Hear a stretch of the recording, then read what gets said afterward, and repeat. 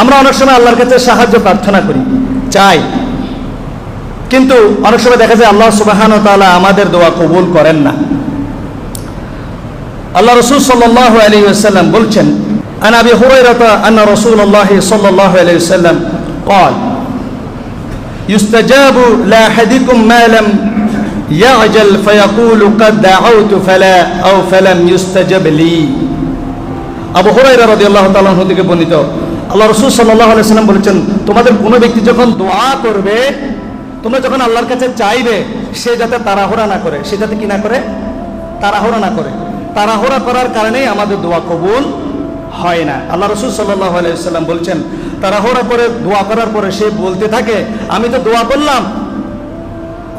করলাম কদ দাআউতু ফালা আও ফালাম ইউস্তাজাব লি, কিন্তু আমার দোয়া কবুল করা হলো না। আমরা অনেকে বলি না যে আমি তো দোয়া করলাম, আল্লাহর কাছে চাইলাম, আল্লাহ সুবহানাহু ওয়া তাআলা আমার দোয়া তো কবুল করলেন না। তাহলে এক নম্বর শর্ত হচ্ছে, আপনি যদি আল্লাহর কাছে সাহায্য চান, দোয়া চান, আপনি তাড়াহুড়া করতে পারবেন না।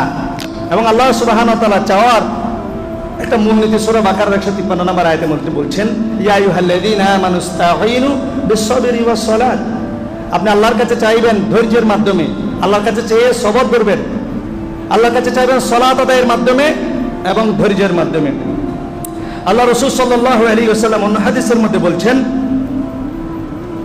যে তোমরা কবুল হওয়ার জন্য পূর্ণ আস্থা নিয়ে, পূর্ণ বিশ্বাস নিয়ে আল্লাহর কাছে দোয়া করো। উদউল্লাহ ওয়া আনতুম মুকিনুন বিল ইজাবাতি ওয়া আলামু আন্নাল্লাহা লা ইস্তাজিবু দুআআন মিন কলবিল গাফিলিন লাহিন। তোমরা যখন আল্লাহ সুবহানাহু ওয়া তাআলার কাছে দোয়া করবে, পূর্ণ আস্থা নিয়ে, কনফিডেন্ট নিয়ে, বিশ্বাস নিয়ে আল্লাহ সুবহানাহু ওয়া তাআলার কাছে দোয়া করবেন। ওয়া আলাম, জেনে রাখো, আল্লাহ সুবহানাহু ওয়া তাআলা কোনো অমনোযোগী ও অসার দোয়া কবুল করেন না। আপনি তো মনে মনে নিয়ত করেই রেখেছেন যে আমি আল্লাহর কাছে চাইলে চাইবো না, এই জন্য মাধ্যম খুঁজতেছেন, ওসিলা খুঁজতেছেন, তাহলে আপনি বলেন আপনার দোয়া কি কবুল হবে? এই জন্যই আপনার দোয়া কবুল হচ্ছে না। এবং দোয়া কবুলের আরেকটি শর্ত হচ্ছে হালাল উপার্জন।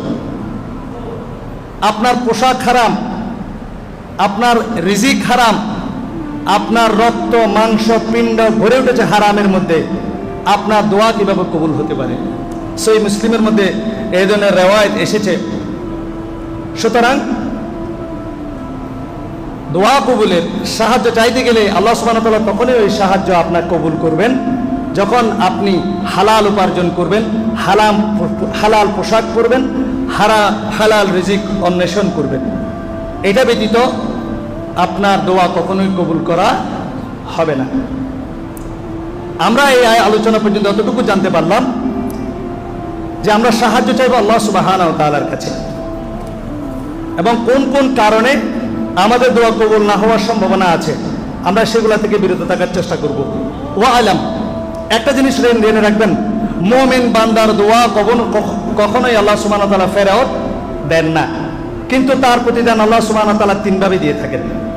আপনি যখন আল্লাহ সুবহানাহু ওয়া তাআলার কাছে সাহায্য চান, দোয়া করেন, আপনার মুমিনের দোয়া অবশ্যই কবুল করা হয়, কিন্তু তার প্রতিদান আল্লাহ সুবহানাহু ওয়া তাআলা তিনভাবে দেন।